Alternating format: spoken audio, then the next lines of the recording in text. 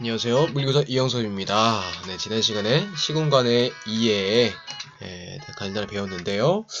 오늘은 그 이후로 시공간에서 우리가 물체의 움직임, 운동에 대해서 간단히 살펴보겠습니다. 네, 여기 보는 것처럼 사실 우리가 움직임을 나타내는 물리 개념 중에 가장 또 주로 많이 쓰는 건 속도죠. 속도, 그리고 속력, 그리고 주로 다뤄보고요. 그 다음에는 이제 가속도까지도 다뤄보겠습니다. 오늘은 속도, 중학교 때도 이제 속력이라는 것들을 배웠는데 고등학교 때는 속도를 배우게 됩니다. 아직 여러분들은 속도와 속력에 대해서 아직 차이점을 잘 모를 텐데요. 배우면서 여러분들이 깨달았으면 좋겠습니다. 자, 먼저 움직임을 나타낼 때 플립북 한번 보셨죠? 네, 플립북을 보시면 뭐 간단하게 이거를 한번 보시게 되면 자, 축구공이 있습니다. 네, 넘겨가면서 네, 골인. 네.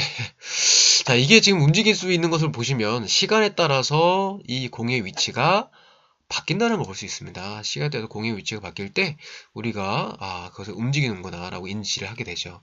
실제로 움직임은 시간에 따라서 그 위치가 변합니다. 그리고 시간에 따라서 움직임 거리가 변하기 때문에 움직인다고 우리가 표현하게 되죠. 자, 이와 같이 운동을 나타낼 때 속도라는 또 속력이라는 개념을 쓰는데 이 속도와 속력이라는 개념 속에는 시간에 따라서 어떤 물체가 위치가 변한다든지 어떤 거리가 변한다든지 이런 것들이 좀 속해 있는 거죠. 자, 그러면 봅시다. 우리가 알고 있는 거리, 그리고 고등학교 때 여러분들이 새로 배우는 변이, 즉 위치의 변화량, 요와의 차이점부터 여러분이 보고 하셔야 됩니다. 그래야 속도와 속력의 차이점을 알 수 있어요. 자, 이동거리는 뭐냐면 그냥 말 그대로 이동한 경로의 길이 거리죠. 자, 변이는 뭐냐? 변이는 위치 변화량의 줄임말이에요. 처음 위치가 있고 나중에 있으면 그 위치가 얼마큼 변했냐. 자, 여기 무슨 차이가 있냐? 자, 예를 보시면 철수가 P 지점에 있다가 Q 지점까지 걸어가는데 자, 얘가 그냥 Q 지점으로 바로 가는 것이 아니라 이게 쭉 100m, 100m까지 동쪽으로 갔다가 턴해서 서쪽으로 50m 다시 옵니다. 자, 그렇게 되면은 철수가 P 지점에서 Q 지점에 걸어갔을 때 이동거리는 얼마죠? 그렇죠. 100m 갔다가 50m까지 왔습니다. 그래서 이동거리는 150m가 되겠죠. 150m.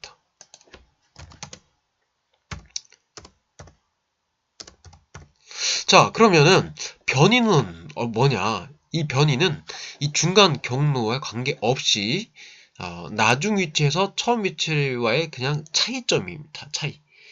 정확히 얘기하면은 여기 P점에 있다가 Q점, 즉 일단 서쪽으로 갔습니까? 동쪽으로 갔습니까? 동쪽이죠. 동쪽. 그리고 이 차이가 위치 차이가 어떻게 됩니까? 150이 아니라 50m 차이 납니다. 그래서 이 변이는 얼마큼 차이 나게 되냐? 50이죠, 50. 자, 이때 잘 보시면 큰 차이점이 뭐냐면 이 위치 변화량은 정확하게 얼마큼 나타나는지 크기와 그리고 동쪽, 또 서쪽이라는 방향을 정확하게 나타낼 수가 있습니다. 자, 근데 이 이동 거리는 방향이라는 사실은 없습니다. 여기 150이 어떻게 방향 나타낼 수 있을까요? 따라서 이동 거리를 낼 때는 크기만 있는 값을 얘기하고요. 변이는 크기와 위치 변화량으로 크기와 방향까지 나타낼 수 있다는 것을 우리가 알 수가 있습니다.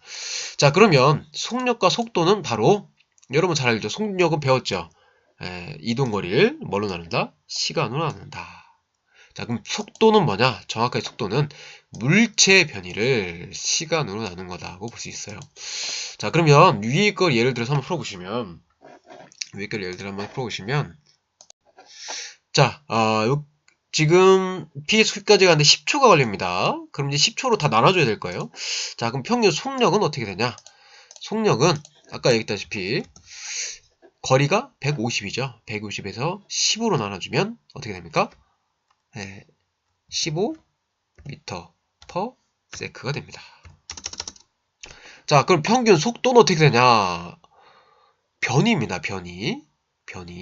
동쪽으로 동쪽으로 50을 10으로 나누면 5죠. 5m/s가 됩니다. 만약에 서쪽이다. 그러면 서쪽으로 5m/s다. 자, 이럴 때는 요 서쪽이라는 것을 의미하기 위해서 동쪽을 플러스로 놓으면 서쪽으로는 마이너스로 이렇게 변이는 크기뿐만 아니라 방향까지 갖고 있다라는 거 여러분이 알아두시면 될 것 같아요. 자, 그러면 이 속도가 우리 가장 단순한 게 운동 중에서 등속 직선 운동. 여러분 중학교 배웠을 거예요. 등속 직선 운동. 속도가 일정한 거죠.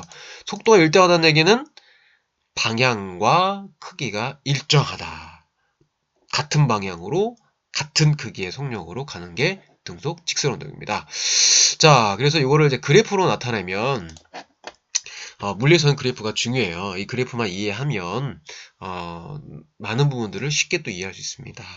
자, 보시면 뭐 등속 직선 운동 같은 경우는 시간이 지나면 당연히 원래부터 거리가 점점 멀어지죠. 그리고 속도 시간으로 그래프 나타내면 속도 변화가 없습니다. 자, 근데 이때 잘 봐야 될 게 뭐냐?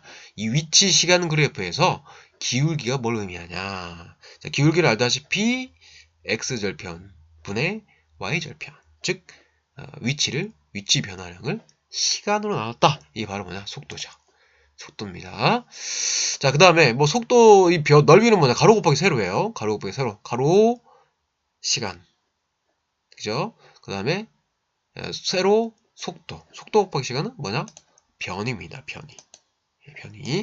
이거를 꼭 알아두시면 좋을 것 같아요.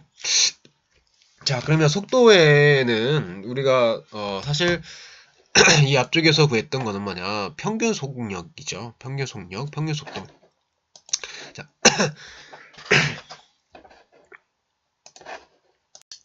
자, 그럼 평균 속력 속도가 또 다른 것도 있고, 속도 중에는 평균 속도 또는 순간 속도가 있습니다. 평균 속도는 알다시피 어떤 구간의 어떤 중간의 변화는 고려하지 않고 그것의 처음과 끝을 시간으로 나눈, 즉 그 안의 변이를 시간으로 나눈 값이 되겠고요. 순간 속도는 여러분이 잘 알고 있는 자동차에서 속도계죠. 속도계. 그 순간의 속도. 그 순간의 속도입니다. 자, 그러면 이 그래프에서 한번 복잡해 보이는데 일단 위치 시간 그래프의 이 파란 선을 보시면 이번에는 등속 직선 운동은 아닙니다. 자, 아닌데 자, 점점 이렇게 위치 변화가 커지죠. 딱 봐도 얘는 속도가 어떻게 나올 수 있어요? 점점 증가하는을 알 수 있습니다. 증가를 할 수 있어요. 자, 그러면 봅시다. 이때 5초가 됐을 때 10m를 지났다. 자, 그러면 이 5초 동안 0에서 5초 동안의 평균 속도를 구해라. 그럼 당연히 우리는 10을 5로 나누면 됩니다. 2m/s가 되죠. 자, 요거는 바로 무슨 값이 되냐? 이 0에서부터 5까지 쭉 이은 이 빨간 선의 기울기가 되죠. 기울기. 5를 10으로 나눈 기울기. x변화량 5, y변화량 10. 이것을 나누는 게 뭐냐? 2. 자, 바로 이게 빨간색이 뭘 의미하냐? 평균 속도를 의미합니다. 자, 그러면 이 파란 건 뭐냐? 이 순간, 이 곡선의 접한 이 직선. 이게 바로 뭐냐? 그 순간의 기울기입니다. 그 순간의 기울기. 자, 그래서 이 0에서부터 5까지의 평균 속도보다 이 5초, 이 순간의 속도가 더 크다는 것을 알 수가 있죠. 자, 이거를 적용해서 풀어보면 이와 같습니다. 적용해서 풀어보면 자, 토끼와 거북의 경주를 보세요. 자, 뭐 여러분 잘하는 것처럼 토끼가 빠르죠. 초반에 빨리 갔다가 중간에 잡니다. 자서 위치가 변화되지 않아요. 근데 거북이는 꾸준히 이제 점점 또 같은 속도로 이동을 하죠. 자, 이때 잠깐 보시면 5초일 때 토끼와 거북이의 순간 속도를 비교해봐라. 5초일 때 거북이의 기울기는 이렇게 됩니다. 그죠? 토끼의 기울기는 이렇게 되죠. 어떤 게 더 기울기가 크나요? 당연히 토끼가 크죠. 그러니까 토끼가 더 순간 속도가 크다. 이 5초 순간에는 당연히 빠르죠. 자, 그런데 20초가 될 때의 토끼와 거북이의 순간 속도가 어떻게 되냐? 토끼는 계속 가고 있습니다. 기울기에 있어요. 근데 토끼는 기울기가 없습니다. 없어요. 그러니까 20초일 때는 토끼보다 거북이의 순간속도가 빨라요. 자, 그러면 20초일 때 0에서 20초 동안으로 해야겠죠. 동안 토끼와 거북이의 평균 속도는 어떻게 되냐? 토끼도 20초 동안 30m를 가고요. 거북이도 20초 동안 30m를 가서 결론적으로는 두 개의 수송연수들은 똑같다라고 볼 수 있습니다. 자, 이렇게 하면 평균 속도와 순간속도 이해되셨나요? 자, 그럼 마지막으로 상대 속도를 가봅니다. 네. 상대 속도는 물체가 움직일 때 누가 그 물체를 보냐에 따라서 느끼는 속도가 다릅니다. 자, 버스가 동쪽으로 10m/s를 가고 있고요. 화물차가 서쪽으로 20m/s를 가고 있습니다. 자, 이때 길거리에 서 있는 사람이 버스를 보는 것과 그 다음에 화물차에 속한 사람이 버스를 보는 것은 속도가 다르죠. 이것을 상대 속도라고 그래요. 상대 속도를 구하는 식은 이겁니다. 대상 속도에서 뭘 빼면 되냐? 관찰자의 속도를 빼면 되는데 이 주의점이 뭐냐? 이때 속도는 방향에 따라서 플러스와 마이너스를 정확하게 적어줘야 된다. 자, 만약 동쪽을 플러스로 놓게 되면 이 버스는 플러스 10m/s가 되겠고요. 자, 화물차의 속도는 마이너스 20m/s가 되겠습니다. 그래서 버스가 본 화물차의 상대 속도는 자, 이때의 대상이 뭐냐? 화물차죠. 그래서 마이너스 20 빼기 그죠? 네, 버스가 10이죠. 그러면 어떻게 됩니까? 바로 마이너스 30이 됩니다. 즉 서쪽으로 30m/s 속력으로 빨리 간다 이거죠. 자, 화물차가 본 버스가 대상이죠. 대상은 10 빼기. 자, 그 다음에 화물차가 관찰자입니다. 관찰자가 마이너스 20 서쪽이니까요. 그러면 어떻게 되냐? 결론적으로는 30이 되게 되시죠. 30 빼기니까 플러스가 되죠. 네. 자, 이렇게 해서 상대 속도까지 마치겠습니다.